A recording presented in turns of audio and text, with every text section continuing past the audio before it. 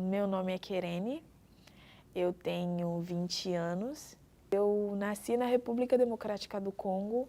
Eu fui obrigada, é assim que se deve dizer, obrigada a sair do meu país para migrar para o Brasil, porque eu fui para o Brasil como refugiada. Problemas no meu país, se alguém né, entende um pouquinho dessas coisas, vai saber que a República Democrática do Congo é um país que tem vários conflitos políticos, essas coisas.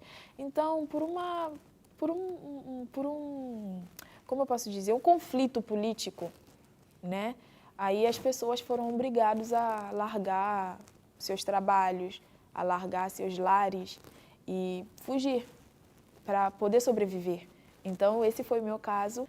Bom, essa aqui é a minha família. Eu me mudei junto com eles, né, para o Brasil, menos o meu pai. Eu fui só com a minha mãe, meus irmãos. Essa aqui é a Alice, o Promessa e a Felicidade. Essa é a minha mãe, se chama Júlia. Eu me mudei só com a minha mãe. Na época, a minha mãe estava grávida da minha irmã Felicidade e o meu pai veio depois. Depois a gente se encontrou e voltamos a ser uma família, né? Por um tempinho nós ficamos separados, assim, por circunstâncias da vida. Mas aí nos reencontramos e voltamos a ser uma família. No início da minha chegada foi uma época muito difícil. Uma época muito difícil, um país novo, uma língua nova, pessoas novas, né? E também não estava sendo fácil a nossa chegada no Brasil, por vários problemas também, preconceitos, uma escola nova, para mim principalmente, uma escola nova, conhecer adolescentes da minha idade, não foi uma coisa fácil, foi uma coisa difícil, vocês não têm ideia, né? Porque eu sofri muito preconceito, xenofobia, racismo, e essas coisas eu sofria, principalmente racismo, eu sofria de pessoas que eram iguais a mim, né? Pessoas da mesma cor que eu, mas eram racistas comigo. E o mais doloroso nisso tudo é que é naquele momento que eu descobria que existia alguma coisa chamada racismo, que as pessoas não gostavam de mim pela minha cor, né? Porque na África todo mundo é negro, ninguém tinha tempo de zombar de você pela sua cor, todo mundo era igual, não tinha diferença nem nada. Eu encontrei uma realidade diferente, os meus colegas não me aceitavam, os meus colegas me desprezavam por eu ser negra, de um outro país, né? Um outro país, não só um outro país, né? Um país africano, que eles não tinham nem noção de como era a vida na África. Eles achavam que na África eu convivia com macacos, com leões, a minha vida era rodeada de animais. Eles não tinham a mínima noção. No início eu não entendia, mas quando eu fui aprendendo, eu fui tentando, né, ignorar essas coisas, encarar como uma certa ignorância, né? Porque a pessoa botar na cabeça que africanos vivem com animais é uma coisa surreal. E do mesmo jeito que brasileiros se sentem mal, porque eu estive nos Estados Unidos e lá, se você falar, eu vim do Brasil, as pessoas encaram aquilo como se você vivesse na Amazônia, em meio aos animais. E do mesmo jeito que os brasileiros se sentem mal por isso, eu me sentia mal também, porque eu já recebi perguntas do tipo, você nasceu numa maternidade mesmo ou foi assim na floresta com a ajuda de leões? Eu fiquei devastada com isso. Fiquei devastada, porque no início eu não entendia. Ué, mas como é que alguém pode achar que uma pessoa pode conviver com leões? Leão é um animal selvagem. Com o tempo, eu fui me acostumando, eu fui aprendendo a não ligar para isso, a ignorar isso, mas que no início me afetava, no início afetava. Eu ia para a escola, eu me isolava, porque Sempre que eu ficava no meio de outros colegas, eu era motivo de piadas pelo meu cabelo, minha cor, minha origem. E isso era muito complicado. E pior ainda, que eu não tinha o apoio da escola, né? A escola não apoiava os alunos que sofriam esse tipo de coisa. Porque você sofrer racismo de um aluno negro só pode significar que esse aluno tem problemas em casa, né? Que em casa ele está com algum problema, ele desconta a sua frustração, a sua raiva em outros colegas. E o certo seria se a escola, né, de alguma certa forma, procurasse ajudar esses alunos. Só que eu não tive o apoio da escola. Se eu tivesse tido a ajuda da escola, talvez eu pudesse encarar de uma outra forma, talvez eu não tivesse sofrido tanto que eu sofri. Eu sofria por causa disso. E era uma tristeza, assim, que não era só minha, era do que eu passava, do que os meus irmãos passavam e de tudo que já havia acontecido, né? Então, eu me considero uma pessoa muito forte. Eu me considero uma pessoa, assim, muito forte mesmo, porque passar por tudo isso. E eu agradeço a Deus porque eu passei por tudo isso, eu não tive depressão, eu não adquiri ansiedade, né? Eu soube encarar isso, por mais que na infância eu não conseguia falar para minha mãe o que eu passava. Eu ia para a escola, acontecia todo aquele circo, voltava para casa, minha mãe perguntava, como foi a aula, filha? Eu falava, mãe, foi muito bom. Você fez amigos novos? Sim, mãe, eu fiz amizades. E eu entrava no meu quarto e me trancava para chorar, né? No início eu não sabia falar sobre isso. Até hoje eu tenho dificuldade de falar sobre essas coisas, mas eu já busco me abrir mais, porque guardar aquilo para mim me fazia mal. Tinha dias que eu acordava e falava para minha mãe, mãe, eu não vou para a escola, eu não quero ir para a escola. E a mãe perguntava, por quê? Eu falava, porque eu não estou me sentindo bem. Mas na verdade era mentira, não é que eu não estava me sentindo bem, é porque eu não queria ir para não ter que passar por aquilo. Eu não queria ir para não virar motivo de piada dos alunos ficarem me chamando de macaco, só porque eu sou negra. Gente, a minha cor é linda, eu amo a minha cor, eu amo o meu cabelo, né? Porque com o meu cabelo eu tenho a possibilidade de mudar várias vezes. Vocês estão me vendo agora com esse cabelo vermelho, mas se me verem daqui a dois meses, vou me ver com outro cabelo.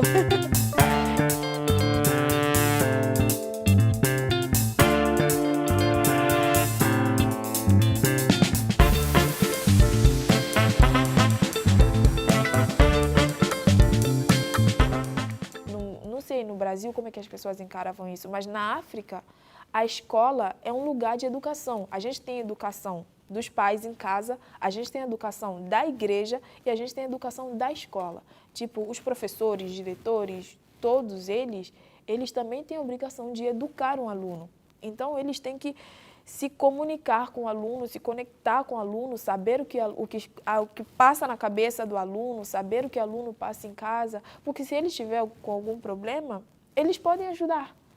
Só que eu encontrei uma realidade totalmente diferente na escola onde eu estudei, né? Os professores não estavam nem aí para os alunos, a função deles era chegar, ensinar e ir embora.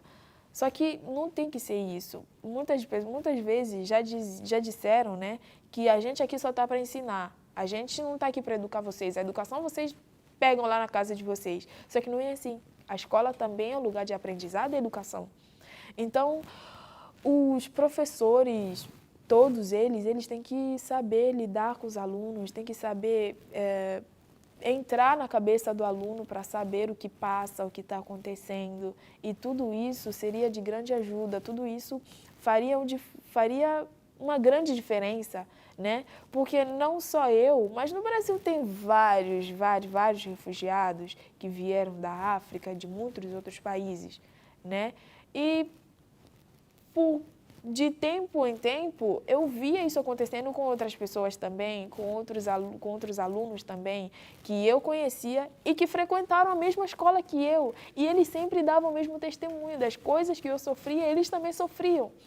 Então, eu acho que a escola comete um grande erro, né? Comete um grande erro, porque eles vão acabar formando alunos depressivos, vão acabar formando alunos com ansiedade, por causa do que eles sofrem na escola.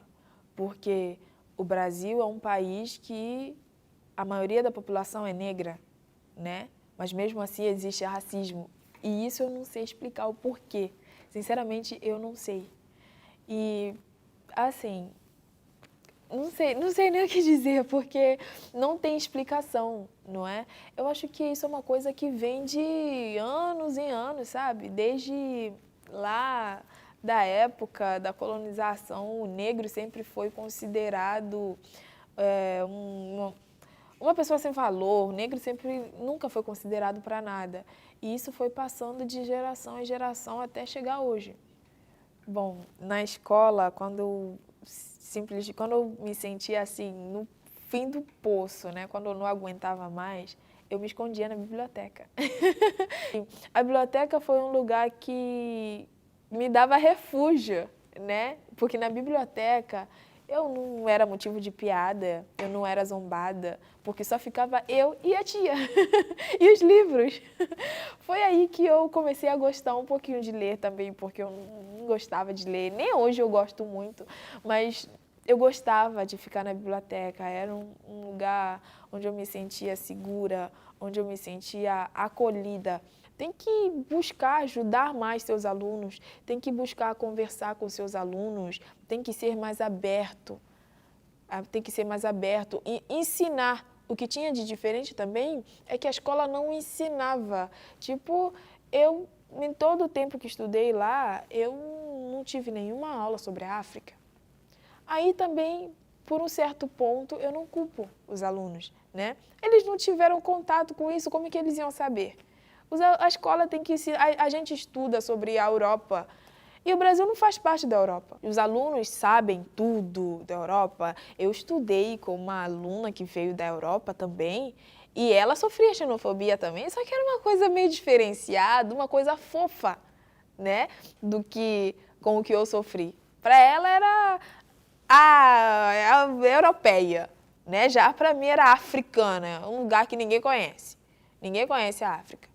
E era assim, e se a escola procurar organizar a sua planilha de estudos e incluir a África, muita coisa poderia não acontecer, porque aí os alunos teriam mais conhecimento de que, nossa, ela veio da África, tá, a África é só mais um continente como qualquer outro, né? E não é isso, né? Eu acho que os educadores, eles realmente, não é à toa que chamam de educadores, eles têm que fazer o papel de educadores e educar. Porque não podemos educar só uma parte, ensinar só uma parte do mundo e outra parte deixar de lado. Não tem cabimento. Eu escolhi aqui esse livro que eu ganhei da tia da biblioteca quando eu terminei, né? Quando eu estava saindo da escola, ela me deu o livro de presente. Guia para amar a si mesma e viver melhor sua adolescência. Porque ela é a única que sabia o que eu passava, porque eu contava para ela. Ela era a única na qual eu falava.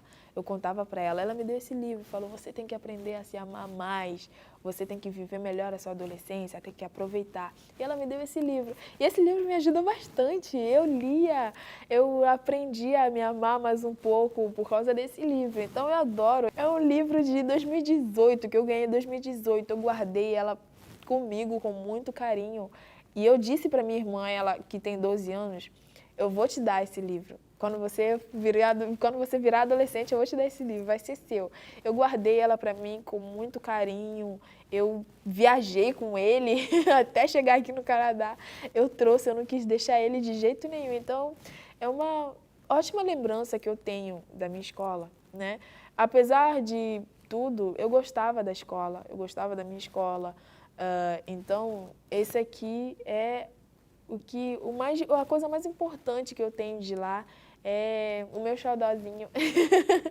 O meu xodózinho, eu guardo ele assim, com muito carinho. Eu não deixo ninguém mexer, meus irmãos são bagunceiros, então eles sabem que nesse livro ninguém pode mexer, porque senão a mana bate. Apesar de tudo, eu tenho um carinho imenso pelo Brasil. Nossa, eu sempre digo para os meus amigos, olha, o Brasil é a minha casa. Eu amo o Brasil me proporcionou várias oportunidades, várias coisas que eu não teria a mesma oportunidade se eu tivesse no meu país. Então, eu amo o Brasil, amo os brasileiros. O Brasil me acolheu no momento mais vulnerável da minha vida. Eu recebi ajuda do governo, disso, aquilo, e eu só tenho que agradecer, né? Eu só tenho que agradecer e agradecer essas pessoas que faziam bullying comigo também, porque por causa deles eu me tornei uma pessoa mais forte, né? Eu me tornei uma pessoa mais confiante, eu me tornei uma pessoa mais como eu posso dizer? Ai, vocês entenderam.